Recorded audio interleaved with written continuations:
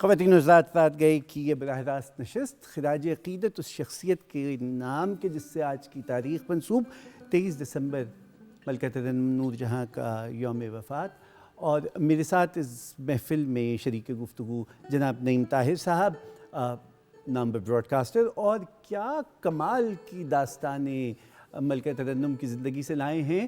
آج سے پہلے نہ کسی سے سنی، نہ ان کی ہوا لگنے دی نعیم بھائی نے۔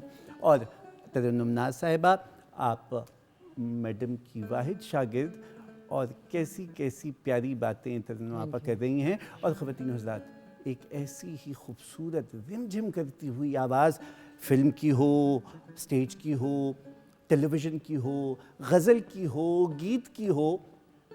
سعادہ نسیم، تم اتنا اچھا کیسے گا لیتی ہو؟ السلام علیکم۔ السلام علیکم۔ آپ کو بھی السلام علیکم۔ بس اللہ کا ہی کرم ہے اور بڑوں کی دعائیں، اور بس میڈم کی اس نشست میں آپ ہمارے ساتھ ہیں، میڈم کے گیت سنائیں گی آپ ہمیں، اور میڈم کو یاد کریں گی۔ نہیں بھائی، بہت مزے کی کہانیاں سنا رہے ہیں بھائی، بے مثال۔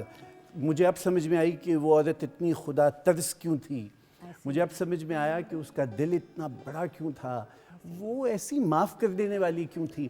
نہیں بھائی، ہم آپ کے ساتھ چلتے چلتے اب اس مقام پہ آ گئے جہاں ہمیں سمجھ میں آئے گا کہ وہ عورت اتنی زیادہ محب وطن کیوں تھی۔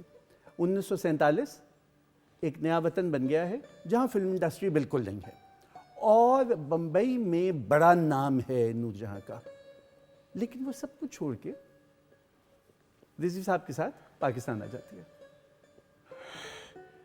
اب یہ تو مجھے بھی گیس کرنا پڑے گا، لیکن واقعہ یہ ہے کہ اس کو، نور جہاں کو، اپنے شہر سے اور اسی کو اپنا وطن سمجھتی تھی۔ حالانکہ انڈیا میں اسے بہت کچھ مل سکتا تھا، لیکن وہ سب کچھ چھوڑ کے، جیسے دلیپ کمار نے کہا کہ آپ جب یہ گئیں دوبارہ، آپ جتنے دن یہاں نہیں آئیں، ہر دن ہم نے آپ کا انتظار کیا۔ تو نور جہاں کی شخصیت تو ایسی ہی تھی، لیکن اس کو اپنے ملک سے، اس دیش سے جہاں وہ پیدا ہوئی تھی، بہت پیار تھا اور بہت عزت تھی۔ جیسے ابھی میں نے بتایا کہ وہ خود گئی تھی ترانے گانے کے لیے، ریڈیو نے نہیں بلایا تھا۔ اور اسی طرح سے ابھی میں تذکرہ کر رہا تھا کہ 1971 میں ٹوکیو میں یاماہا ورلڈ سانگ فیسٹیول ہوا تھا۔ نور جہاں نے کہا کہ میں اس میں جانا چاہتی ہوں، اس لیے کہ وہ پاکستان کی نمائندگی کرنا چاہتی تھی۔ اب عجیب سچویشن تھی کہ وہاں ان کے جذبات جو بھی ہوں، ان کی تو اپنی ترتیب تھی کہ وہ کس کو لیں گے، کس کو نہیں لیں گے۔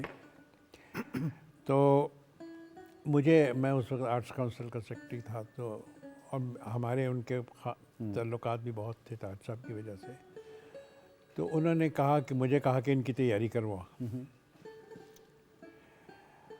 یہ روزانہ تیاری کے لیے حسن لطیف اور دوسرے پروڈیوسر ڈائریکٹر بھی تھے، تقریباً 8 ساڑھے 8 بجے شام میں بیٹھتی تھی، اور صبح 3 بجے تک تیاری کرتی تھی ہر روز۔ یہ ان کے، کیونکہ وہ چاہتی تھی کہ انٹری ہو جائے۔ ہم نے ان کی انٹری بھیجی، نہیں ہوئی، اچھا، ریجیکٹ ہو گئی۔ اچھا، یہ نہیں ہمت ہاری، باقی سب ملکوں سے ایک ایک کو آنا تھا، اب انڈیا سے سب اپنی اپنی کوشش کر رہے تھے۔ پھر ہم نے اور تیاری کی، انہوں نے بھی کی، پھر ایک اور انٹری بھیجی، وہ بھی ریجیکٹ ہو گئی۔ لیکن نور جہاں ہمت ہارنے والی نہیں تھی، اس نے اندازہ لگا لیا کہ کیا چیز وہ ڈھونڈ رہے ہیں، کیا چیز مجھے باقیوں سے مختلف سمجھ کرے گی۔ چنانچہ انہوں نے پھر ایک اور کمپوزیشن بھیجی، آپ کو اب تو بڑا مشہور ہو گیا وہ گانا، شہباز کرے پرواز تے جانے راز دلا دے، جی، وہ بھیجی، پاس ہو گئی۔ اچھا، ان کو بلا لیا گیا۔ اس کے بعد وہاں کے بڑے دلچسپ واقعات ہیں، اگر آپ کے پاس وقت ہوگا تو ہم اس طرف تو میں نے آپ کو پتہ ساتھ ساتھ چل رہے ہیں میڈم کے۔ ہم نے بڑی دلچسپ تصویریں بھی آپ کی اس کے ساتھ دکھلا دی، ٹوکیو کی تصویر بھی دکھلا دی ہے ہم نے. اچھا اچھا ہاں اچھا جی. اچھا. اب مجھے یہ بتلائیے کہ یہاں میڈم جب تشریف لائی ہیں تو شانور اسٹوڈیوز اسی وقت بنایا کیونکہ 1951 میں چدوے سے یہاں باقاعدہ فلم انڈسٹری کو جگہ مل گئی تھی، اور یہ میڈم کا کمال ہے کہ اس کی ہدایت کارہ بھی وہ تھی. میں اس زمانے میں ان کے حالات کے قریب نہیں تھا. اچھا. زیادہ ہمارا میل جول اس وقت ہوا جب میری اور یاسمین کی شادی ہوئی، کیونکہ یاسمین کو وہ اپنی چھوٹی بہن سمجھتی تھی. تو میرا بہنوئی کا اور وہ ایسا تعلق پیدا ہو گیا کہ وہ سب دل کی باتیں مجھ سے کرنے اس لگ زمانے گئی. کی کوئی باتیں کی انہوں نے؟ بہت کی بہت کی، جو میں نے یہاں لکھ دی ہیں. ہمیں سنا نہیں رہے ہیں آپ، کتاب آنے کا انتظار ہوگا. ہاں، کتاب کے آنے کا ترنم آپ، وہ جو زمانہ تھا اس میں فلم دوپٹہ ہوئی یا یہ چنوے ہوئی، ان کے گانے بہت سپر ڈوپر ہٹ تھے. جی اور یہاں اس واقعتاً اگر پاکستانی فلم انڈسٹری کو جگہ مل سکی، اسے دیکھنے والے نظریں مل سکیں، تو میڈم کا کمال تھا. وہ کون سے اس زمانے کے گیت تھے کہ جو آپ اگر یاد کریں تو آپ کے کمال کی چیزیں تھیں؟ دیکھیں اس زمانے کے سارے گانے اچھے تھے. ابتدا میں جب انہوں نے انڈیا سے شروعات کی، آواز دے کہاں ہے، ٹھیک ہے، دنیا میری جواں ہے، اور یہاں پہ تو چنوے کا سب سے مشہور منڈیا سے الکوٹیا. منڈیا سے الکوٹیا. ذرا پیکج دیکھ لیں ذرا، آپ کو گیت جو ہیں وہ آپ کی بھی یادداشت میں آ جائیں گے، پھر ہم کچھ آپ سے بھی مکرر سن نہیں لیں گے. مجھے یاد ہے. چلائیں آپ، بسم اللہ. دکھائیں گے جی؟ واہ. آپ دونوں سے میرے 2 سوال ہوں گے اس نشست میں. پہلی بات میں آپ دونوں سے پوچھ رہا ہوں، پہلے نعیم بھائی اور پھر ترنم آپا، آپ جواب دیجئے. اس زمانے کی نور جہاں وہ کمال کی ایکٹر تھی یا کمال کی گلوکار تھی؟ نہیں، ایکٹر بھی کمال کی تھیں. آواز تو ان کے پاس تھی، خدا نے بہت اچھی آواز تھی، لیکن نکھار آ کے جب انہوں نے خواجہ خورشید انور صاحب کے ساتھ کام کیا فلموں میں، آپ میرے اگلے سوال پہ خود ہی آ گئے. کوئل اور یہ، وہاں پہ آواز میں نکھار بھی آیا اور حسن میں بھی نکھار آیا، ایکٹنگ میں بھی نکھار آیا. کیوں جی نہیں سوال نہیں صحیح بھائی، کہہ رہے ہیں. اب وہ دوسرا سوال پہ آٹومیٹکلی پہنچ گئی. تنویر نقوی کی لیرکس، آواز دے کہاں ہے سے لے کے یہ جتنے کمال ہیں، اور خواجہ خورشید انور کی موسیقی، کیا اس عہد میں میڈم کے جو 2 ترب کے پتے جنہیں کہیں، سیکرٹ ریسیپی یہ تھی؟ دیکھیے، پہلی بات تو ملکہ ترنم کے بارے میں یہ کہنا چاہتا ہوں کہ ایکٹریسز تو بہت سی ہوتی ہیں، لیکن ملکہ ترنم اور نہیں ہوتی. واہ واہ، کوئی شک نہیں. دوسری بات یہ کہ میرا ان کا ایک انٹرویو بھی ہے نور جہاں کا، جی، خواجہ خورشید انور کے بارے میں. جی ہاں، جی اچھا. اس میں بڑی اچھی باتیں انہوں نے کہی ہیں. وہ اگر آپ کے پاس وقت ہو تو دکھا دیجیے گا.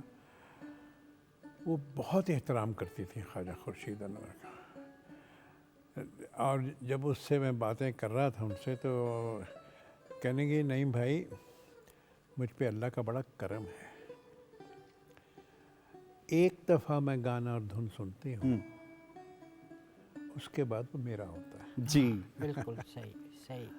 یہ کمال تھا. اچھا، خواجہ صاحب کے بارے میں مشہور تھا کہ وہ ماچس کی ڈبیا کے اوپر دھن بناتے تھے.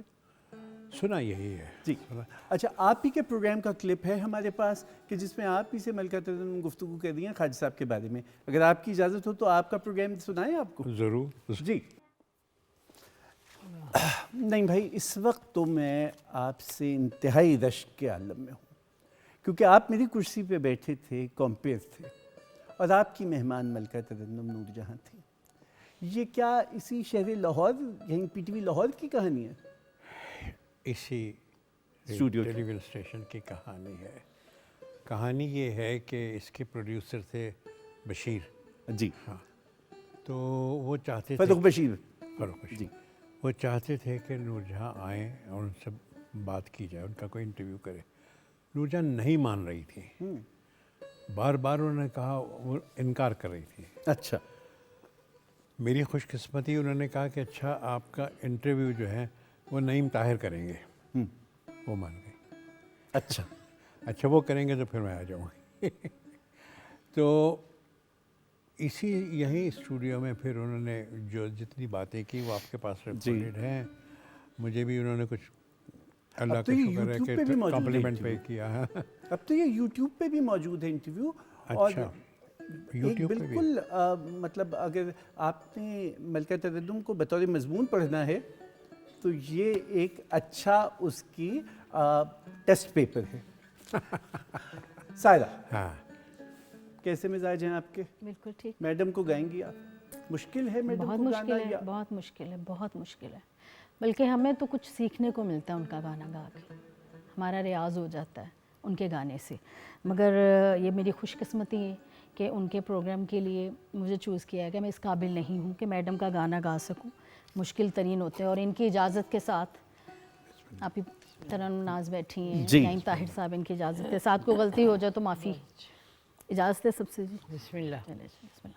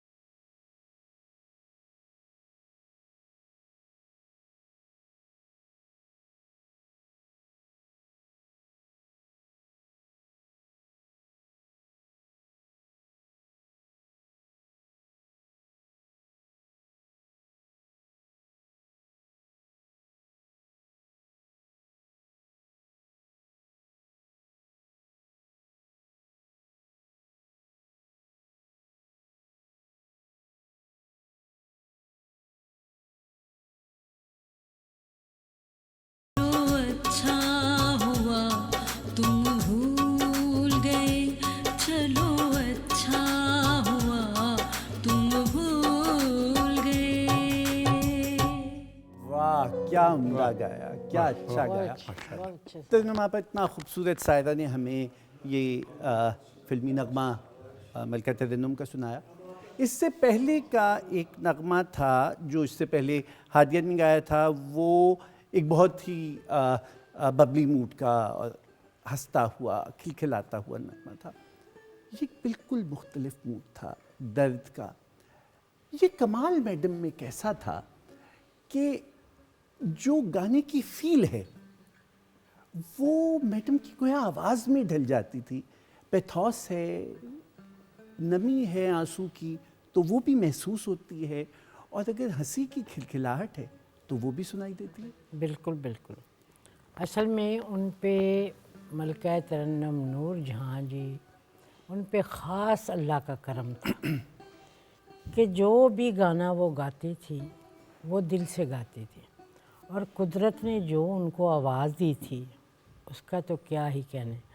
اور چند میں کہتی ہوں کہ چند میوزک ڈائریکٹر ایسے ہیں کہ جنہوں نے ملکہ ترنم نور جہاں جی کی آواز سے فائدہ اٹھایا, ان کو بھرپور طریقے سے استعمال کیا. لیکن میڈم نے اتنا کچھ گایا, اتنا پنجابی بھی اتنا گایا, غزلیں بھی اتنی. جب غزلیں گائی ہیں تو ایسی کمال گائی ہیں کہ کوئی گا نہیں سکتا. غزل پہ تو میں بالکل بات کرنا چاہوں گا کیونکہ انہوں نے تو غزل کا موڈ ہی بدل دیا بالکل. ہاں, جو محفل کی غزل گائی جا رہی تھی اس سے بالکل ہی ایک نیا انگ انن دیا. ہٹ کے. اچھا مجھے یہ بتلائیے ترنم بھائی, کیونکہ آپ خود گائکہ ہیں تو میں آپ سے پوچھوں, لائیو گائکی مشکل ہوتی ہے. جی ہاں جی ہاں. کبھی طبلہ ساتھ نہیں دے رہا, اور اکثر آپ گھور کے دیکھ رہی ہیں طبلے والے کو پیچھے جگہ بیٹھا ہے, یا کبھی کوئی بیٹ مس ہو گئی ہے. میڈم کتنے آرام سے لائیو گا لیتی تھیں. ہم نے ان کی جو انٹرویوز دیکھے ہیں اس میں وہ اپنی بات کو سمجھاتے سمجھاتے بالکل کہیں گی مثلاً یہ دیکھیے جیسے میں, اور وہ اتنا نیچرل کیسے. بالکل بالکل رائٹ, صحیح کہہ رہے ہیں آپ کے لیے لائیو کتنا مشکل ہے؟ مشکل ہے, بہت گانا مشکل. اس پہ الفاظ کا دھیان رکھنا پڑتا ہے, سر کا دھیان رکھنا پڑتا ہے, تلفظ کا دھیان رکھنا پڑتا ہے. تو کچھ آپ سے سنیں. اور پھر یہ بھی دیکھا جاتا ہے کہ سامنے جو پبلک بیٹھی ہے اس کو کس طرح. پبلک تو اس وقت صرف میں ہوں آپ کے سامنے. نہیں, میں میڈم تو میں آپ سے اگر کہوں جی کہ کچھ عطا, کوئی میڈم کی کوئی چیز, کوئی ایک مصرع, کوئی ایک استائی عطا ہو جائے. ضرور.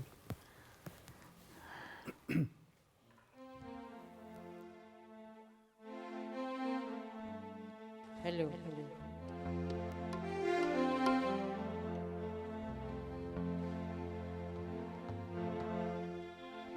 یہ استاد جی ملکہ ترنم نور جہاں جی کی گائی ہے, بڑی خوبصورت ہے, اور استاد نظر حسین نے اس کو کمپوز کیا, وہ میں پیش کروں.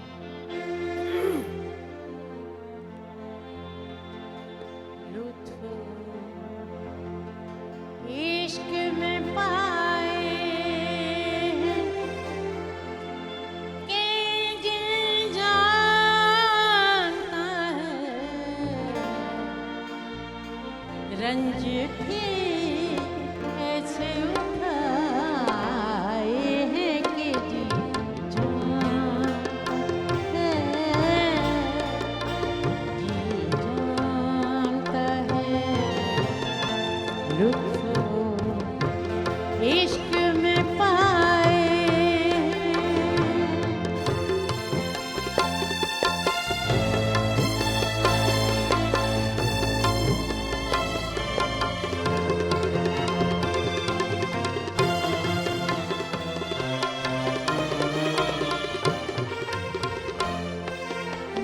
مسکراتے ہوئے وہ مجمع اغیار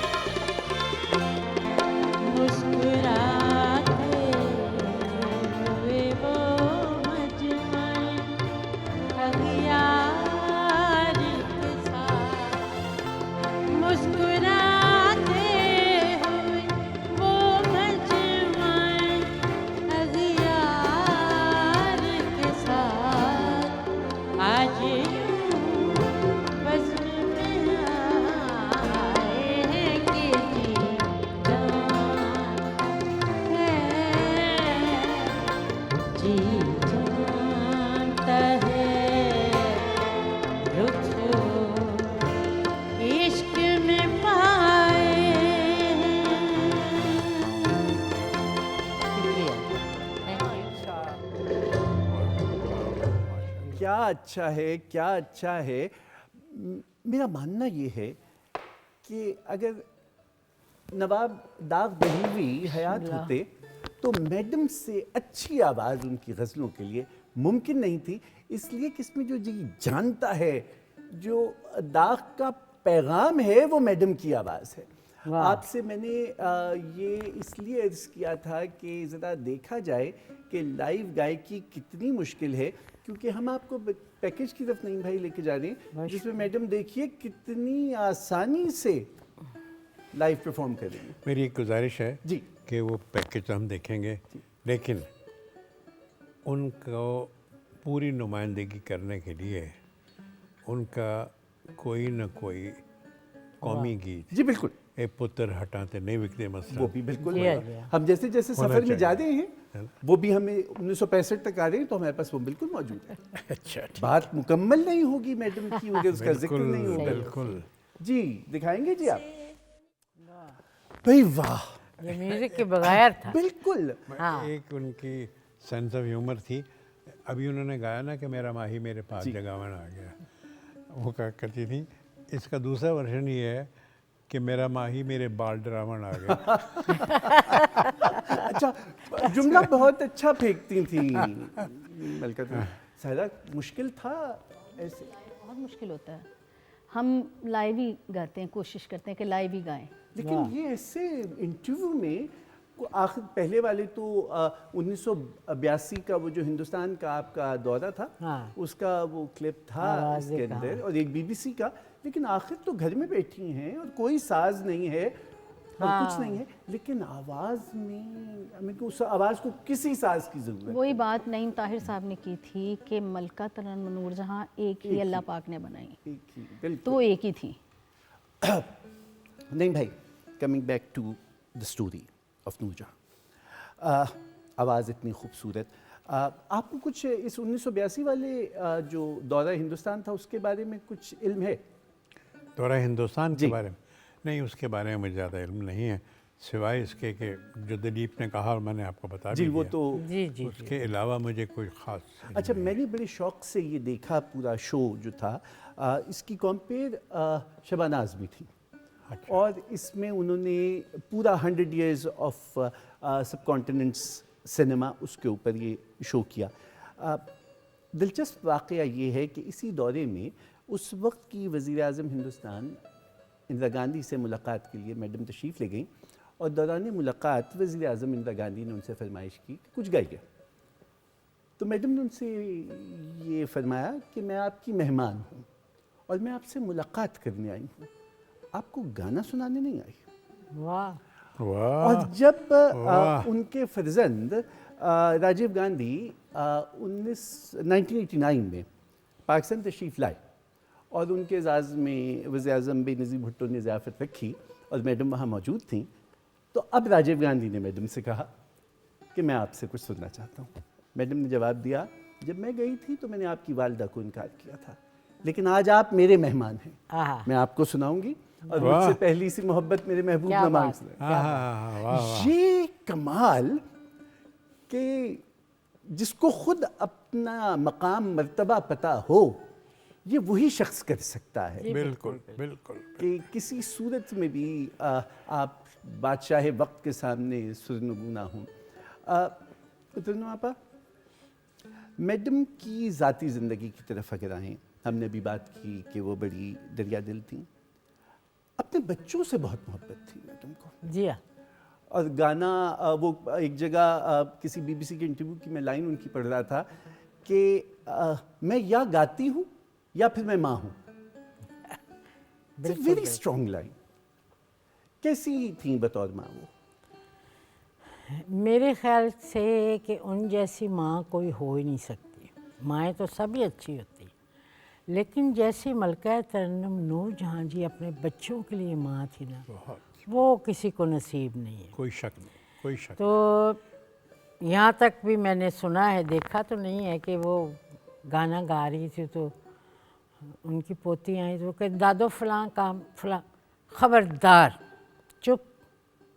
اس وقت میں پتہ ہے 16 سال کی ہیروئن کے لیے گانا گا رہی، مجھے دادو نہ کہو، چلی جاؤ یہاں سے.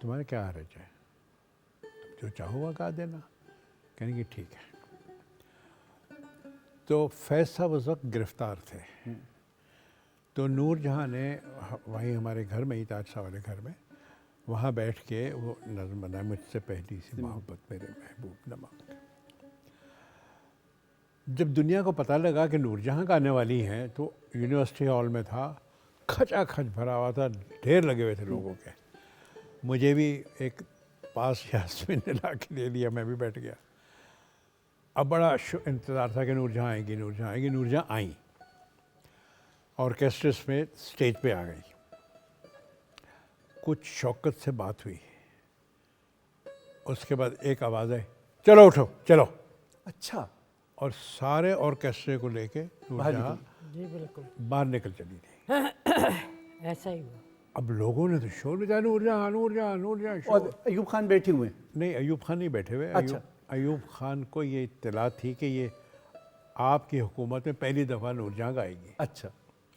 نور جہاں اپنا سامان لے کے باہر نکل گئی. اب لوگوں نے شور مچا دیا. اب صورت ایسی ہو گئی کہ اگر نہ ہو تو لوگ ماریں پکڑ کے. تو بنا منوکر سے واپس لے آئے. پتہ کیا لگا, وہ آئی اسٹیج پہ, اس نے کہا میں تو یہ گاؤں گی فیض کا, مجھ سے پہلی سی محبت میرے محبوب نواز. انہوں نے کہا نہیں فیض صاحب تو جیل میں نہیں گا سکتے تم. انہوں نے کہا میں تو یہی گاؤں گی, آپ کو گنوانا ہے تو گنوا لیجیے ورنہ میں جا رہی ہوں. صحیح ہے. وہ بھی ایک شخصیت تھی نور جہاں کی. بے شک. نور جہاں نے پھر وہ گایا کہ مجھ سے پہلی سی محبت میرے محبوب نواز.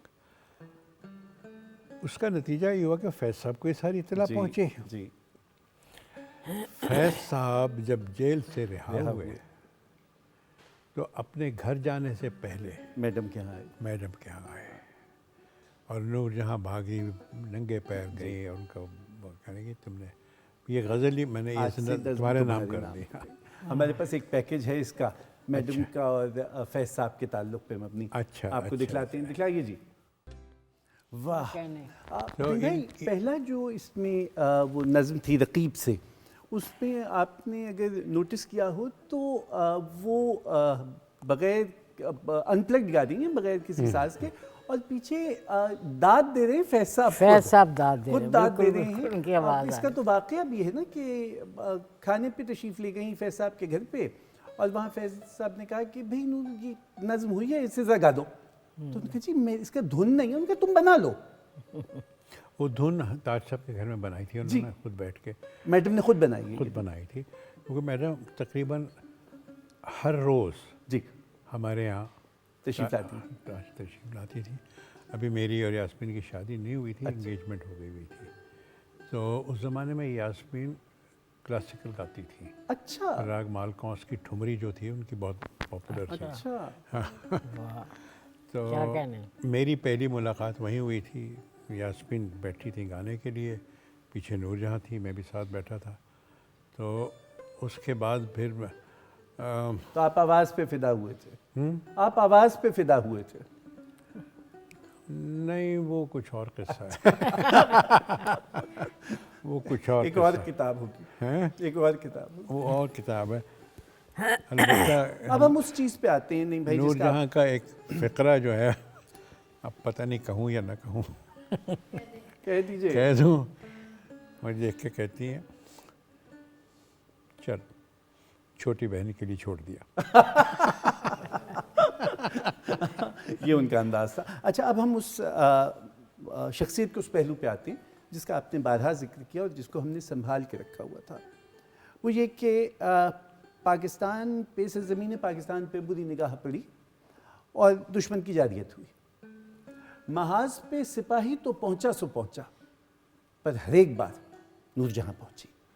یہ جو جذبہ تھا, آپ جو واقعہ سنا رہے تھے, وہ میڈم اپنی زبانی خود سنانا چاہتی ہیں. تو حمزہ میڈم سے سنتے ہیں اور پھر میں آپ سے ڈیٹیل اس کی پوچھوں گا, کیونکہ صوفی غلام مصطفیٰ تبسم سے ان کا تعلق یہاں پہ آپ بتلائیں گے ہمیں. جی دکھائیے گا. جی واہ. اچھا, اس میں ایک چیز جو نور جہاں کے بارے میں کہہ رہا تھا کہ سلسلہ شروع ہونا چاہیے. لیکن یہ ترانوں کی جو بات ہے نا، انہوں نے آ کے مثلا اے پتر ہٹاتے نہیں بیچتے. ہوتا یہ تھا کہ انڈیا اس وار میں یہ پروپیگنڈا کر رہا تھا کہ لاہور پہ ہمارا قبضہ ہو گیا جی اور یہ ہم تو جم خانہ میں جا کے آج چائے پئیں گے، اس قسم کی فضول باتیں کر رہے تھے. جب اس پروپیگنڈے کے مقابلے میں نور جہاں کی آواز ریڈیو پاکستان لاہور سے جاتی تھی تو اس پروپیگنڈے کا بیڑا غرق ہو جاتا تھا جو انڈیا کر رہا تھا. تو اس طرح سے یہ باقاعدہ آپ سمجھیے کہ اس نے ایک میڈیا کی جنگ لے لی. بالکل. ہمارے پاس میڈم کے دونوں نغمے ان کی آواز میں ہیں، 2 کلپس ہیں، اگر آپ کی اجازت ہو تو. جی بسم اللہ. 1965 کی وار میں بڑا رول تھا ان کا. ہر مقام پہ میڈم کا بے انتہا رول ہے. کوئی ایسا موقع نہیں کہ جب وہ اپنے وطن کے لیے، اپنے لوگوں کے لیے نہ آئی ہوں. نہیں بھائی، بہت باتیں ہیں، ایک نشست میڈم کے لیے بہت مختصر اور ناکافی ہے.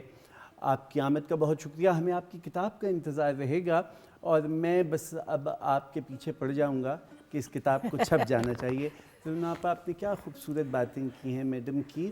خواتین و حضرات، پروردگار عالم جب کسی بندے پہ اپنے کرم کی انتہا کرنا چاہتا ہے تو پھر وہ اس کی صلاحیتوں کو اپنے نور سے منور کر دیتا ہے. وہ قلم کی روانی ہو، بیان ہو یا آواز کی تاثیر ہو، اگر اس میں اثر ہے تو وہ پروردگار عالم کا نور ہے. بے شک. ملکہ ترنم نور جہاں کی آواز میں پروردگار عالم نے اپنا نور بھر دیا تھا. سو بھلے انہوں نے نعت کہی بحضور سرور سرورہ، تو ایسی نعت نہیں. اگر بحضور امام علی مقام مرثیہ کہا تو اس کا جواب نہیں. اپنے وطن سے محبت کا اظہار کیا تو اس کا جواب نہیں.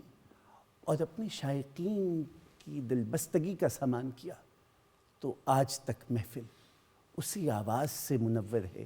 اور وہ سرور ایسا ہے کہ شہد کی طرح کانوں میں ڈھل رہا ہے. 23 دسمبر کو ملکہ ترنم نور جہاں کی ذات ہم سے جدا ہو گئی.